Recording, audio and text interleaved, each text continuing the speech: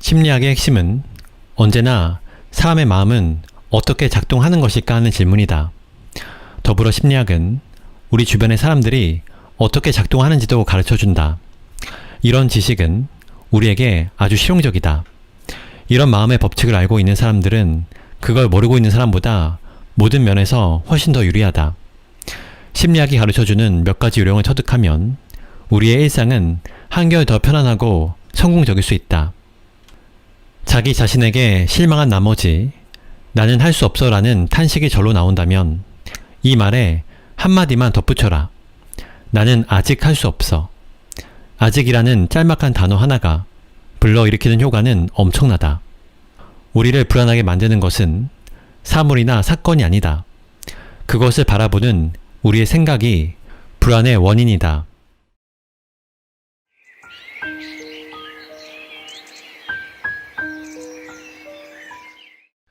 안녕하세요. 책바라기입니다. 오늘 소개할 책은 마음의 법칙입니다. 그럼 낭독을 시작하도록 하겠습니다. 마음은 어떻게 작동하는가? 심리학의 핵심은 언제나 사람의 마음은 어떻게 작동하는 것일까 하는 질문이다. 우리는 소중한 시간을 아주 다양한 일에 쓰면서도 이 질문만큼은 거의 다루지 않는다. 그 어떠한 문제보다도 우리에게 절박한 문제임에도 말이다. 더불어 심리학은 우리 주변 사람들이 어떻게 작동하는지도 가르쳐준다. 이런 지식은 우리에게 아주 실용적이다. 이런 마음의 법칙을 알고 있는 사람들은 그걸 모르고 있는 사람보다 모든 면에서 훨씬 더 유리하다. 심리학이 가르쳐주는 몇 가지 요령을 터득하면 우리의 일상은 한결 더 편안하고 성공적일 수 있다. 이런 요령을 자신의 장점을 극대화하는 데 쓰든 아니면 모두를 위한 보다 나은 세상을 만들어가는 데 쓰든 그것은 오로지 여러분이 결정할 일이다. 두 가지 모두 가능하다. 자기 자신이 다른 사람이 무슨 생각을 하며 어떻게 살아가는지 안다면 적어도 자신의 인생을 통제할 수 있다. 이 책은 일상의 심리 정글을 헤쳐나가는데 커다란 도움을 줄 게 틀림없다. 심리학자가 쓰는 말을 배우고 사용하라. 세상을 설명할 수 있으며 인생의 거의 모든 상황에서 도움을 얻을 수 있다. 이 책에 등장한 모든 심리학 지식은 일상에 응용할 수 있을 테니 말이다. 이로써 자기 자신은 물론이고 상대방을 원하는 방향으로 이끌 수 있다. 부디 당신이 이 책을 즐겁게 읽고 분석하면서 인생에 커다란 도움을 줄 자아인식을 얻어내길 바란다. 하는 일마다 되는 게 없다고 느낄 때 리프레이밍, 좋지 않은 기분과 감정일지라도 긍정적으로 받아들이는 건 중요하다. 하지만 대부분의 사람들은 이런 경우 꼬리에 꼬리를 무는 부정적인 생각의 악순환에 빠지기 마련이다. 이른바 스스로 실현하는 예언이라는 악순환의 고리다. 이런 식으로는 갈수록 모든 게 나빠질 따름이다. 그렇다면 어떻게 이 빌어먹을 하루를 구출할 수 있을까? 긍정적으로 생각하라. 그럼 모든 게 좋아진다 따위에 진부한 소리는 하지 않겠다. 심리치료에서 검증된 방법, 그것도 아주 뛰어난 효과를 자랑하는 방법을 알려주겠다. 이 방법은 무슨 마법의 주문 같은 게 아니며 초현실적인 자기 실현의 강제를 담지도 않는 간편한 방법이다. 따라서 누구나 매일 실행에 옮길 수 있다. 하루가 다음과 같이 지나갔다고 생각하면 어떨까? 다행히도 자명종이 멈춰버린 덕에 푹신한 침대에서 나른한 늦잠을 즐겼다. 욕실에서 살짝 겹질린 발을 주무르려고 허리를 숙이다가 잃어버린 줄 알았던 50유로 지폐가 세면대 아래에 떨어져 있는 게 번쩍 눈에 띈다. 외투의 단추가 떨어져 나간 것도 우연이 아니라 혹시 새로운 사랑의 시작을 알리는 전조가 아닐까? 버스를 놓쳤네. 뭐 까짓 거 어때? 다음 버스를 기다리는 동안 차분하게 회의를 준비하자. 저녁에 잡혀있던 데이트 약속을 미룬 건 역시 잘된 일일 수 있다. 엉망의 기분으로 데이트를 하다 보면 서로 얼굴 붉힐 일이 벌어질 수 있으니 말이다. 자, 생각을 바꿔보니 어떤가? 사실 변한 것은 없다. 그러나 완전히 달라졌다. 이 두 번째 하루는 리프레이밍을 통해 다시 해석된 하루이다. 프레임이란 사고 방식이나 느끼는 방식의 틀을 의미한다. 그래서 틀을 새롭게 함이라는 뜻의 리프레이밍은 틀을 바꾸어 사건을 다른 관점에서 바라보고 새로운 의미를 부여하는 것을 말한다. 심리학에서는 물구나무서기 방법이라고도 불리는 리프레이밍은 원래 가족치료에서 비롯되었다. 사건을 완전히 다른 관점에서 바라보면서 새로운 의미를 부여하는 방식이다. 별 볼 일 없는 그림자라도 액자의 테두리를 바꾸는 것만으로 작품의 가치가 달라 보이는 것처럼 지금까지의 낡은 테두리를 버리면 전혀 새로운 일상이 열린다. 틀 바꾸기는 우리가 일상에서 부딪히는 사건과 상황을 쉽게 대처할 수 있게 돕는다. 리프레이밍은 사실에 아무것도 바꾸지 못하지만 우리가 앞으로 나아가는 것을 가로막는 부정적인 생각을 바꿔 놓도록 도와준다. 이것이 곧 내 힘으로 사는 인생과 다른 힘에 끌려다니는 인생의 결정적인 차이다. 주의할 것은 이 방법을 충분히 의식해서 목표에 맞춰 활용해야 한다는 점이다. 무조건적인 모든 것을 그저 멋지게 꾸며드라는 뜻은 결코 아니다. 자질구레한 것을 두고 절망하거나 흥분하기보다 리프레이밍에 더 많은 노력을 기울이는 편이 정신건강에 훨씬 이롭다. 충격적인 사건으로 자신의 통제할 능력을 잃어버렸다면 일단 떠오르는 감정 그대로 허락하자. 그리고 어느 정도 진정되면 분석하는 게 중요하다. 이 경우 재해석은 나중에 하는 편이 좋다. 신경언어학 프로그램은 우리의 행동에서 나타나는 특정 사고방식과 커뮤니케이션 모델을 보다 편안하고 성공적인 방향으로 유도하는 것을 목표로 하는데 리프레이밍은 그 안에서도 이미 효과가 검증된 방법이다. 일단 다음과 같이 시도해보자. 첫째, 자기 자신에게 실망한 나머지 나는 할 수 없어 라는 탄식이 절로 나온다면 이 말에 한마디만 덧붙여라. 나는 아직 할 수 없어. 아직이라는 짤막한 단어 하나가 불러일으키는 효과는 엄청나다. 둘째, 도대체 세상이 왜 이런지 알 수 없어 부글부글 화가 치민다면 다음과 같이 자문하라.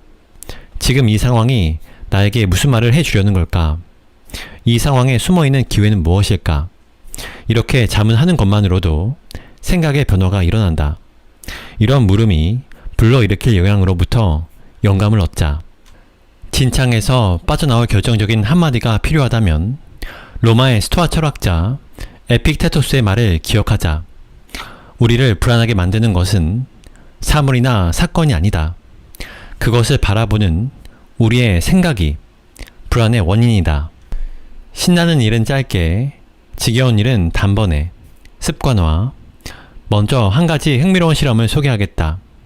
어머니의 뱃속에서 평화롭게 꿈틀거리던 시절로 되돌아간다고 상상해보자. 과학자들은 아직 태어나지 않은 아기에게 특정 자극, 이를테면 시끄러운 자동차 경적 소리를 들려주는 실험을 했다. 아이가 어떤 반응을 보이는지 측정하는 실험이다. 처음에 아이는 아주 강한 반응을 보였다. 그러나 자극에 노출되는 횟수가 잦아질수록 반응은 점점 약해졌다. 이처럼 자극에 대해 태아가 보이는 반응에 심리학자들은 습관화라는 거창한 표현을 붙였다.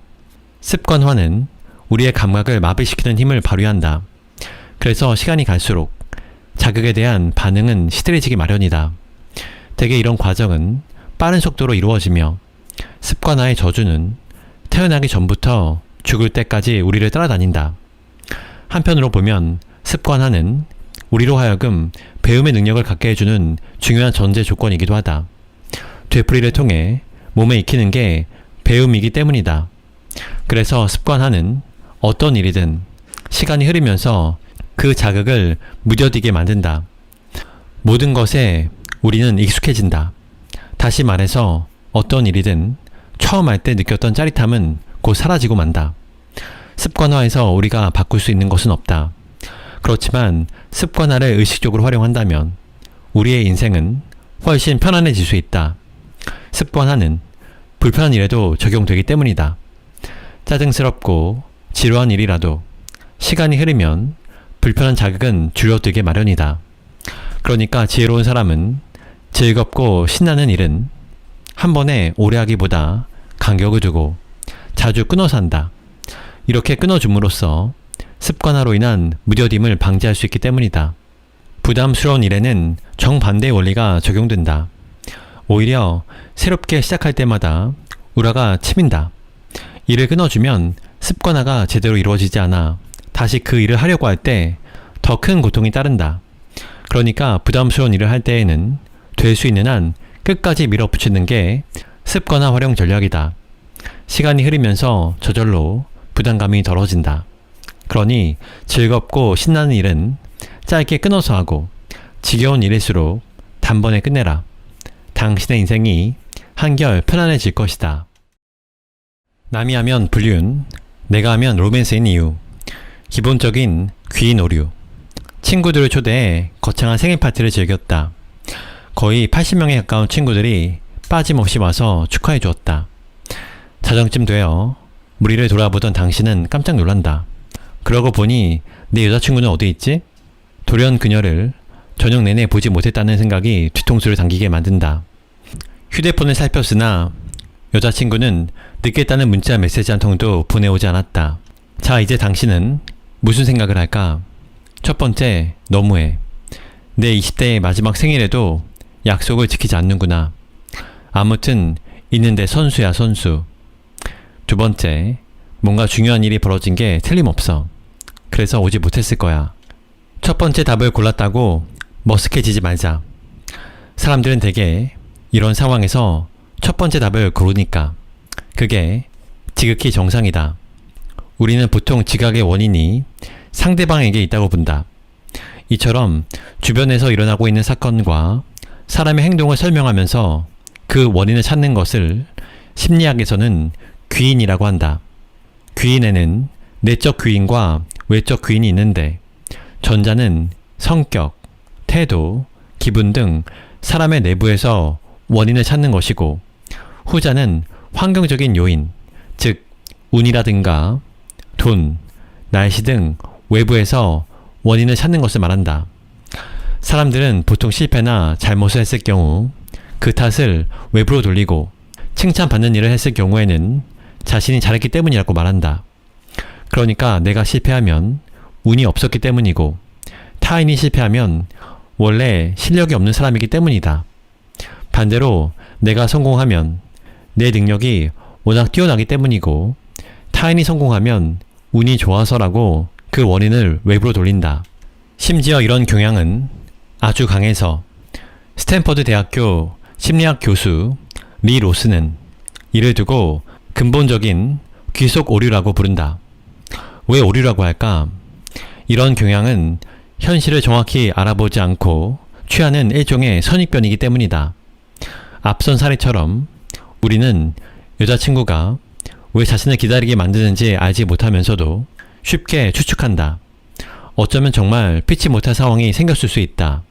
또는 교통사고로 병원에 실려갔을 경우도 배제할 수 없다. 그럼에도 우리는 굳게 믿는다.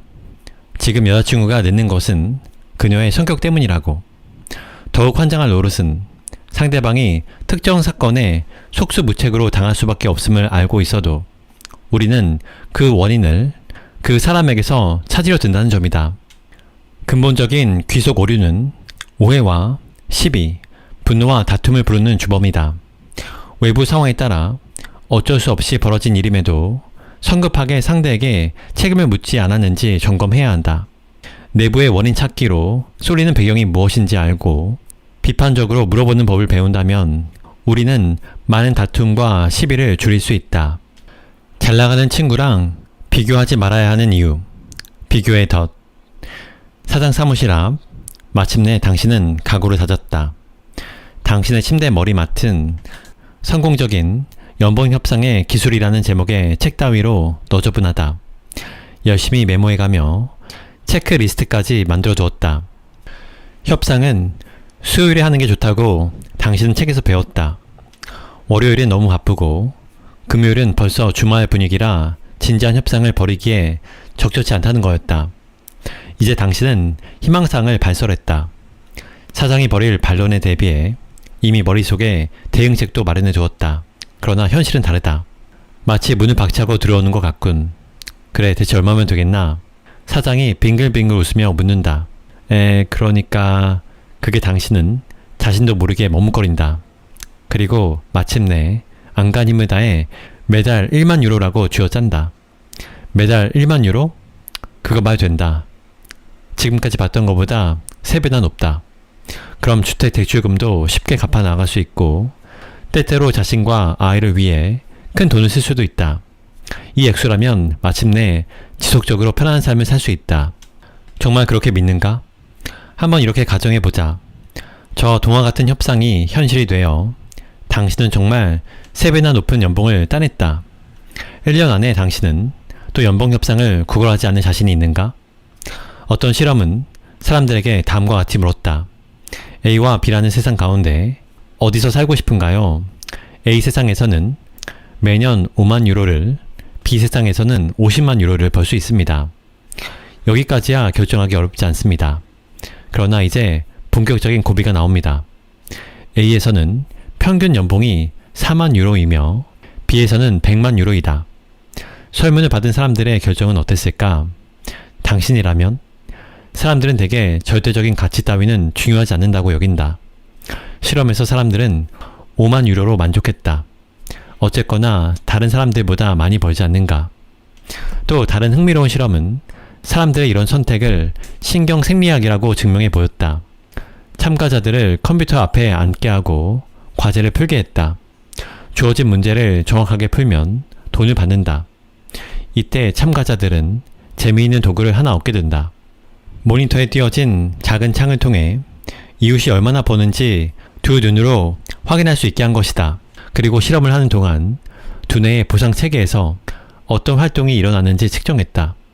그 결과 사람들은 자신이 돈을 얻을 때마다 기뻐했지만 가장 큰 기쁨은 이웃보다 더 많은 돈을 벌 때였다. 이런 것을 두고 심리학은 사회적 상승 비교라고 부른다. 아무리 아름답고 좋은 것을 가졌다 할지라도 더 위를 바라보고 비교하는 순간 마치 버튼이라도 누른 것처럼 불행에 빠지는 현상을 일컫는다. 사회 비교 이론을 만들어낸 사람은 미국의 심리학자 레온 페스팅거이다. 페스팅거는 사람은 다른 사람과 비교하면서 자기 자신을 평가한다고 전제했다. 우리가 끊임없이 남과 비교하는 이유는 바로 자신을 평가하려는 데 있다고 보았기 때문이다. 이렇게 다른 사람과 비교해서 자신을 평가하는 방법에는 3가지 가능성이 있다. 첫째, 나를 나와 아주 비슷한 처지에 있는 사람과 비교하는 것이다. 약간 지루한 방법일 수 있지만 자신의 현실적인 그림을 그려준다. 둘째, 나를 나보다 못한 사람과 비교하는 것이다. 나보다 돈을 적게 번다든지 건강 상태가 더 안 좋은 사람과 말이다.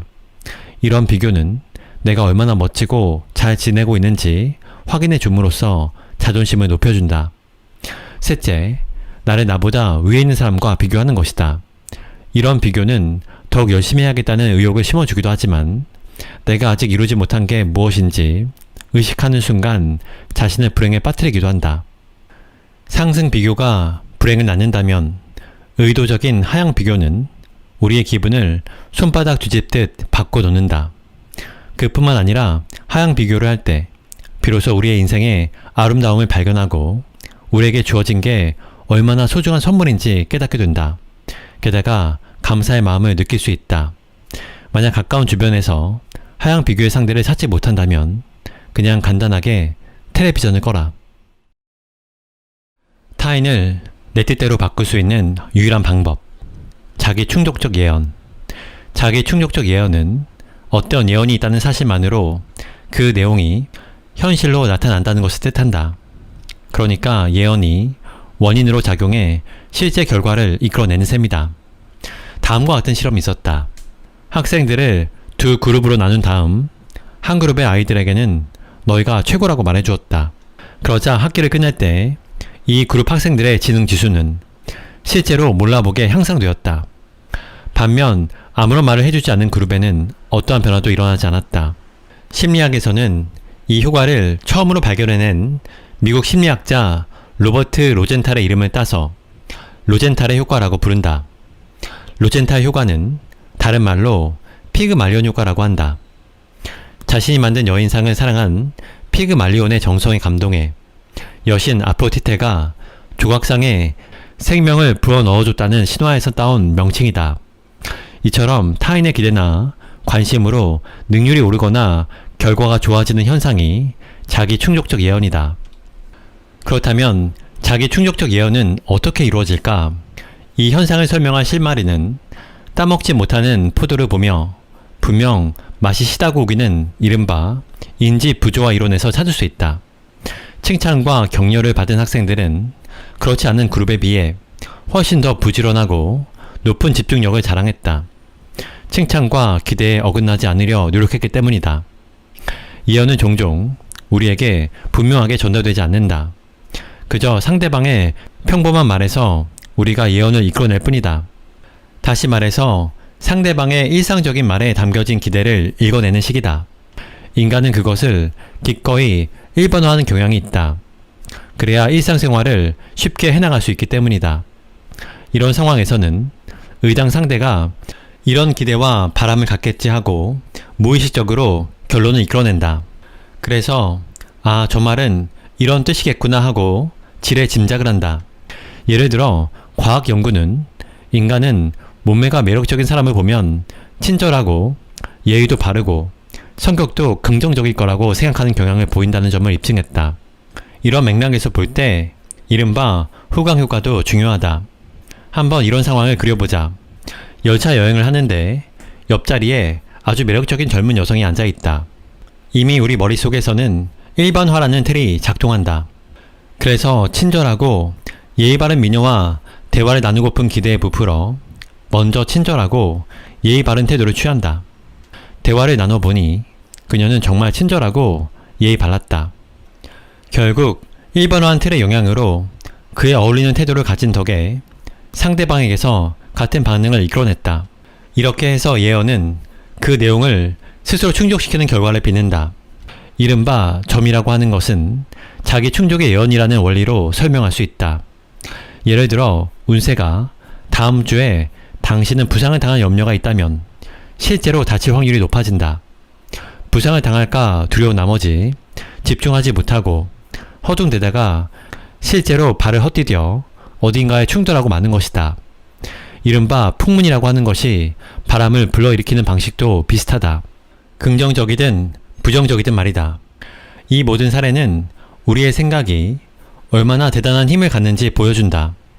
생각의 힘이 이처럼 엄청나다면 인생에서 도저히 통제할 수 없는 건 역시 통제할 가능성이 있는 것으로 보아야 하지 않을까? 부정적인 생각이 부정적인 결과를 불러온다면 긍정적인 생각으로 우리의 인생을 적극적으로 꾸며가는 일도 가능하지 않을까? 만족과 행복을 위해 긍정적인 생각을 최대한 잘 활용할 필요가 있다. 주저 말고 시도해보라. 매일 아침 하루를 시작하기에 앞서 자신에게 주문을 걸어라. 오늘 나는 아주 친절한 사람들만 만날 거야. 오늘은 성공하기로 이미 예정된 날이야. 아니면 그저 간단하게 나는 진정으로 행복해 하고 외쳐보자. 사람들을 상대할 때에도 자기 충족 예언을 얼마든지 활용할 수 있다. 앞서 언급했던 학생들과의 실험을 떠올려보자. 어떤 사람이 특정한 좋은 성격을 보여주기 원한다면 드러내놓고 그런 성격을 칭찬하라. 상대방은 어느덧 자신도 모르게 그런 성격을 보여주려고 노력할 게 틀림없다. 칭찬을 받는 사람은 그 칭찬에 부응하기 위해서라도 그런 성격이 되도록 노력한다. 그만큼 당신의 칭찬에 자부심을 느끼기 때문이다. 동료가 고객을 좀 더 친절하게 응대해주길 바란다면 간단히 다음과 같이 해보라.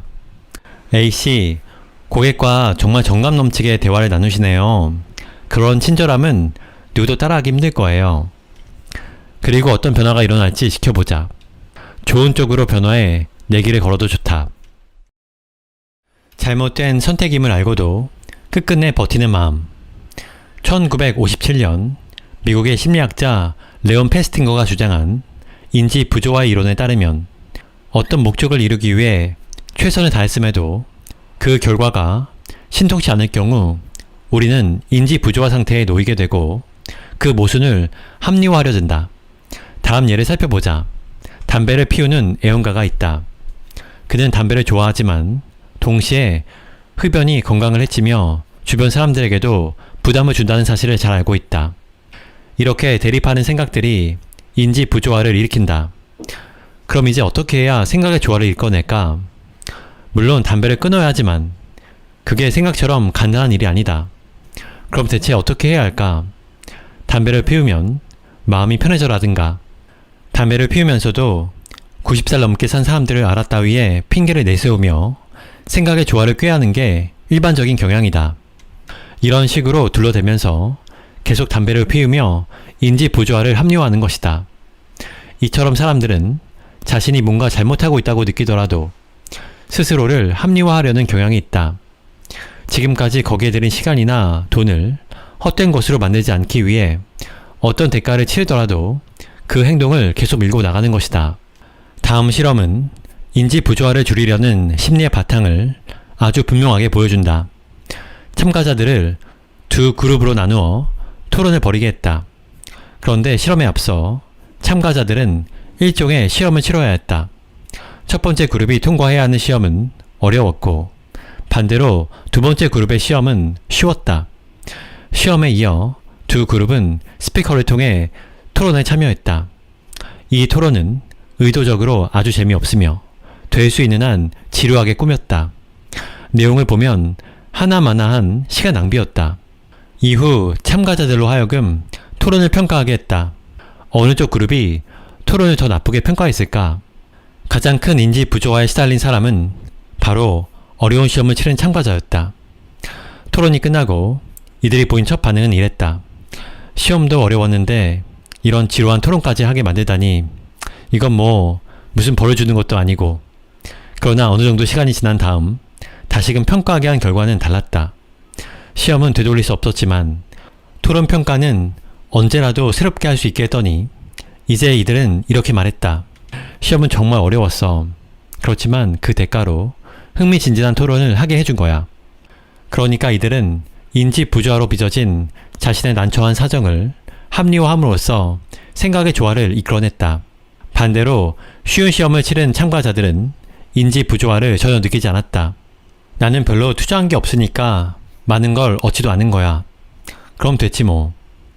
어떤 일에 투자한 노력이 크면 클수록 우리는 그것에 해당하는 가치를 높게 매기는데, 이런 현상을 심리학자들은 매모 비용의 오류라고 부른다.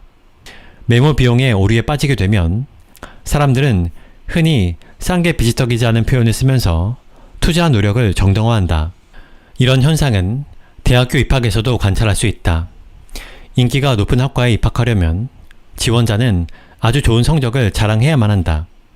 물론 시대의 인기 직종에 따라 선호하는 학과가 달라지기도 하지만 지원율이 높은 학과는 그만큼 좋은 성적을 가진 학생이 유리하다는 사실은 변함이 없다. 그렇다고 해서 그 학문이 반드시 흥미로운 것은 아닐 수 있으며, 또 성공적으로 학업을 끝내기 위해 꼭 그렇게 좋은 성적이 필요한 것도 아니다. 그럼에도 어려운 기준을 통과해 인기 학과에 진학한 학생들은 드물지 않게 자신이 택한 학문이 무척 흥미롭다고 말한다. 사실은 부모의 성화에 못 이겨 원치 않는 학과를 선택했음에도 말이다. 매모 비용의 오류는 가정에서도 쉽게 볼 수 있는 현상이다.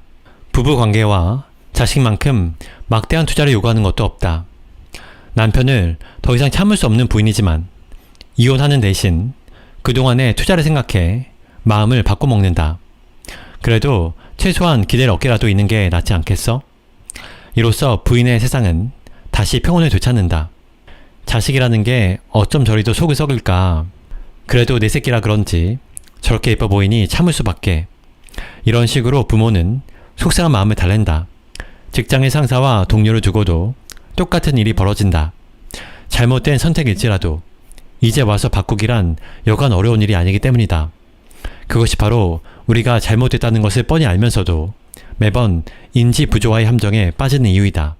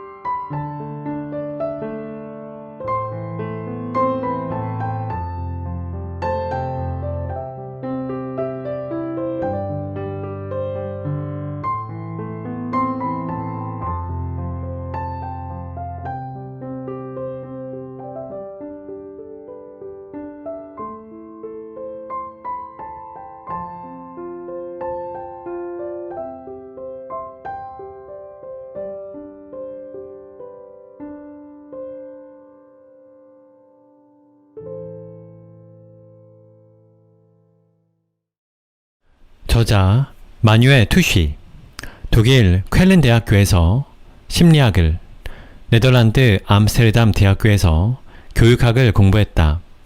오랫동안 기업 컨설턴트로 일하다가 쾰른의 응용심리학 연구소를 설립하고 경력관리, 인력개발과 변화, 경영 등 심리학을 기반으로 한 비즈니스 코칭 전문가로 활동하고 있다. 현재 쾰른에 정신과 병원을 열고 대화치료, 명상, 코칭 등 개인 상담을 진행하고 있다.